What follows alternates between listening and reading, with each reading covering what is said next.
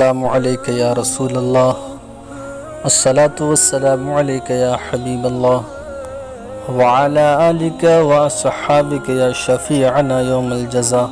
صلی اللہ تعالی علیہ وسلم۔ سیدی سرکار اعلیٰ حضرت علماء مدینہ کے جھرمٹ میں،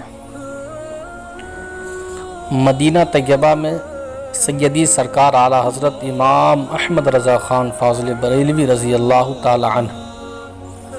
کی حاضری سے پہلے ہی آپ کے علم و فضل کا شہرہ اور آپ کے سچے عشق کا چرچا پہنچ چکا تھا۔ مدینہ طیبہ کے علماء اس عاشق رسول نائب نبی کی ملاقات کے لیے بے قرار ہو کر آپ کی آمد کا سختی سے انتظار فرما رہے تھے۔ حضرت مولانا کریم اللہ مہاجر مدنی علیہ رحمہ کا بیان ہے کہ ہم سالہ سال سے مدینہ طیبہ میں مقیم ہیں۔ اطراف و آفاق سے علماء آتے ہیں اور چلے جاتے ہیں، کوئی بات نہیں پوچھتا، لیکن سیدی سرکار اعلیٰ حضرت امام احمد رضا خان فاضل بریلوی رضی اللہ تعالی عنہ کے پہنچنے سے پہلے ہی علماء اور اہل بازار تک آپ کی زیارت و ملاقات کے مشتاق تھے۔ چنانچہ جب مدینہ طیبہ میں اعلیٰ حضرت کی حاضری ہوئی اور آمد کی خبر ہر طرف پھیلی تو صبح سے شام تک آپ کے پاس علماء مدینہ کا ہجوم رہتا تھا۔ ملاقات و زیارت کرنے والوں کی بھیڑ 12 بجے رات سے پہلے ہٹنے کا نام نہیں لیتی تھی،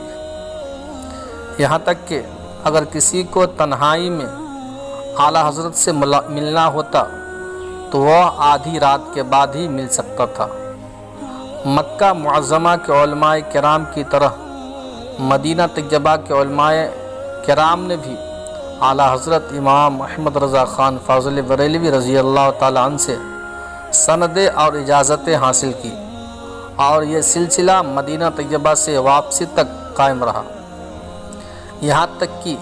روانگی کے دن جب قافلہ کے اونٹ آگے آ گئے اور اس پر سوار ہونے کی تیاری ہو چکی، اس وقت تک علماء کرام آپ سے اجازت نامے لکھواتے رہے۔ مدینہ طیبہ کے مشہور عالم دین شیخ الدلائل حضرت مولانا سید محمد سعید مغربی کے کمال عقیدت کا یہ عالم تھا کہ آپ اعلیٰ حضرت کو یا سیدی کہہ کر پکارتے تھے۔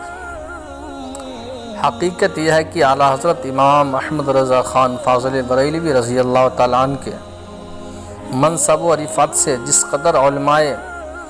مکہ و مدینہ واقف ہوئے، اس قدر خود ہندوستان کے حضرات بھی واقف نہیں ہیں۔ مکہ معظمہ اور مدینہ طیبہ میں اعلیٰ حضرت کا جیسا اعزاز و اکرام ہوا، اور جس طرح مکہ معظمہ اور مدینہ طیبہ کے اکابر حضرات نے آپ کی بلند و بالا شان و عظمت کے سامنے سر نیاز خم کیا، اس کا کچھ اندازہ اس نورانی واقعہ سے کیا جا سکتا ہے۔